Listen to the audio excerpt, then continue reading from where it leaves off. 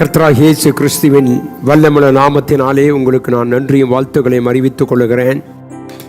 இந்த அதிகாலை வேளையிலே நாம் தேவனை அறிந்திருக்கிற நம்முடைய வாழ்க்கையிலே கர்த்தர் கொடுத்திருக்கிற சில ஆசீர்வாதங்கள் நினைவு கூறுவோம். ஆண்டவராகிய தேவன் தம்முடைய சங்கீத புஸ்தகத்திலே தேவன் சொல்லும்பொழுது சொல்லுகிறார். சங்கீதம் 103 சங்கீதம் 5வது வசனத்தை வாசிக்கும் பொழுது, நன்மையினால் உன் வாயை திருப்தியாக்குகிறார், கழுகுக்கு சமானமாய் உன் வயது திரும்ப வாழ வயதாகிறது. என கண்பான தேவ பிள்ளை, இந்த வார்த்தை ஒரு வாக்குத்தத்தமாக கர்த்தர் தருகிறார்.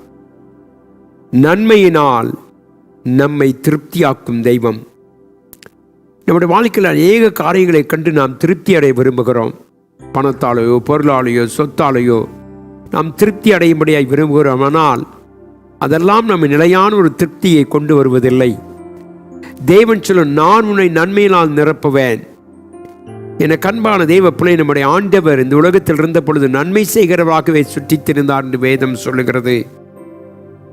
அநேகருக்கு நன்மைகளை செய்தார்.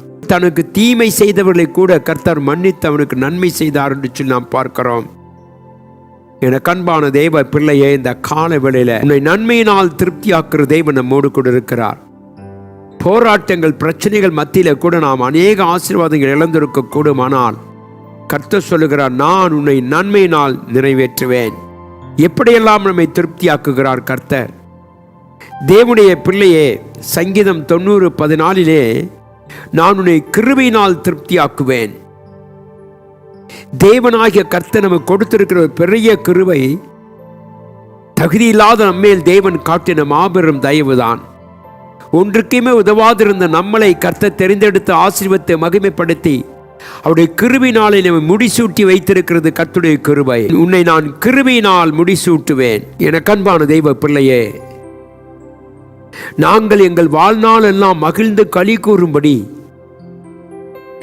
அதிகாலையிலே இருமது கிருபையினால் எங்களை திருப்தியாக்கும். தேவன் காட்டுகிற கிருபை நிமித்தமாய் நம்முடைய வாழ்நாட்கள் சிறந்திருக்கும் என்று பார்க்கிறோம். இந்த உலகத்தில் அநேக காரியங்களை கொண்டு நம்முடைய வாழ்க்கையை நாம் திருப்திப்படுத்த விரும்புகிறோம். ஆனால் அதில் எந்த ஒரு பிரயோஜனமும் இல்லை. கர்த்தர் சொல்லுகிறார், நாங்கள் எங்கள் வாழ்நாள் எல்லாம் மகிழ்ந்து களி கூறும்படியாய் சந்தோஷப்படும்படியாய் ஜீவனுள்ள தெய்வத்தை ஆராதிக்கிற பிள்ளையை உனக்கு கர்த்தர் சொல்லுகிறார், என் கிருபையினாலும் இரக்கத்தினாலும் உன்னை திருப்தியாக்குவேன். இந்த காலை வேளையிலே தேவனுடைய பிள்ளையை நீ நானும் இந்த மகிழ்ச்சியான திருப்தியை பெற்றிருக்கிறோமா? நம்முடைய வாழ்க்கையில் போராட்டங்கள் பிரச்சனைகள் வரும் பொழுதெல்லாம் நாம் சோர்ந்து போகிறோம். ஆனால் கர்த்தர் சொல்கிறார், உன் வாயை நான் நன்மையினால் திருப்தியாக்குவேன். என கண்பான தேவ பிள்ளையே, நாம் தேவனுடைய ஆசீர்வாதத்தை பெற்றுக்கொள்ள வேண்டுமானால் அதிகாலையுடைய சமூகத்தில் வந்து காத்திருக்க வேண்டும். நாம் இழந்து போன நன்மைகளையும் இழந்து போன ஆசீர்வாதங்களையும் தேவன் திரும்ப தருவேன் என்று சொல்லுகிறார். நாம் கர்த்தருக்கு நன்றி செலுத்தாமல் இருக்க முடியும்? நாம் செய்ய வேண்டிய காரியமே அதிகாலையிலே கர்த்தருடைய சமூகத்தை தேட வேண்டும். என கண்பான தேவ பிள்ளை, ஒருவேளை இந்த கால வேளையில நீங்கள் ஒருவேளை சோர்ந்து போய் பலவீனம் அடைந்திருந்தாலும் கூட உங்களை கர்த்தர் நன்மையினால் திருப்தியாக்குவார். கர்த்தரை தேடுவனுக்கோ ஒரு நன்மையும் குறைபடாது என்று சொல்லி வேதத்தை வாசிக்கிறோம். இப்படிப்பட்ட வாக்குத்தத்தங்கள் மூலமாகத்தான் தேவன் நம்மை இந்த உலகத்தில் நடத்தி கொண்டு வருகிறார்.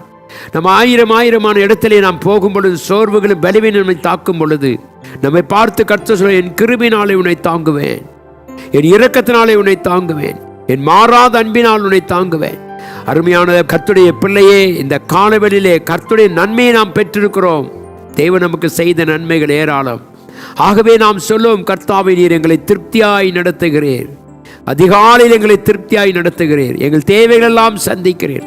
அந்த நம்பிக்கை உனக்கு இருக்குமானால் நீ கர்த்தரை துதி தேவ பிள்ளையே. அவர் நன்மையினால் நம்ம வாயை திருப்தியாக்குகிறவர். அப்படிப்பட்ட நம்பிக்கையை கர்த்தர் கொடுத்தபடினாலே கர்த்தருக்கு நன்றி செலுத்துவோம். தேவன் தாமே நம்மை ஆசீர்வதித்து கனப்படுத்துவாராக. எங்கள் மாறாத அன்பின் தெய்வமே, உம்முடைய நாமத்தை நாங்கள் மகிமைப்படுத்தி உம்மை ஆராதிக்க எங்களுக்கு கொடுத்த இந்த கிருபைக்காய் ஸ்தோத்திரம். கர்த்தாவே, நீர் எங்களை நன்மையினால் திருப்தியாக்குகிறீர். சத்துருக்களுக்கு கூட நீ நன்மை செய்திருக்கிறீர் சுவாமி. அப்படிப்பட்ட தேவனாகிய கர்த்தர் எங்களை ஒவ்வொரு நாளும் நடத்துகிறதுக்காய் ஸ்தோத்திரம். புதிய கிருபைகளை தந்து மகிமைப்படுத்தும் ஆசீர்வதியும். இயேசு கிறிஸ்துவின் நாமத்தில் ஜெபிக்கிறேன் அன்பின் நல்ல பிதாவே, ஆமென். தேவன் நம் அனைவரோடும் கூட இருப்பாராக. ஆமென்.